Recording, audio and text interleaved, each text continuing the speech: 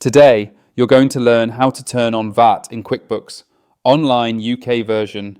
First, log into your QuickBooks Online UK account using your usual credentials.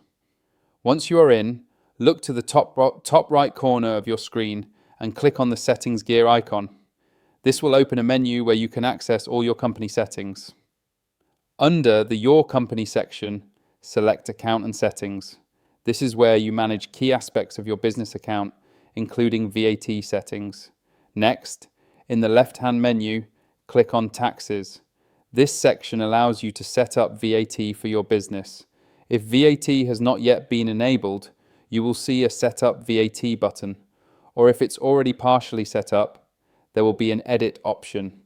Click on the appropriate button to begin the setup process. You will then be asked to choose your VAT accounting method. You can select either cash, which tracks VAT based on payments, or accrual, which tracks VAT based on invoices issued and bills received. After selecting the accounting method, enter your VAT registration number.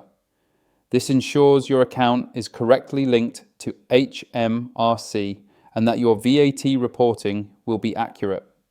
Next, select the VAT rates that apply to your business, including standard, reduced, or zero rates, depending on the type of goods or services you provide.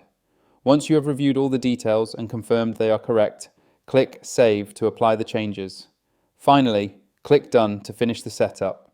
Your QuickBooks Online account is now VAT enabled, and you can start recording VAT on your sales and purchases accurately.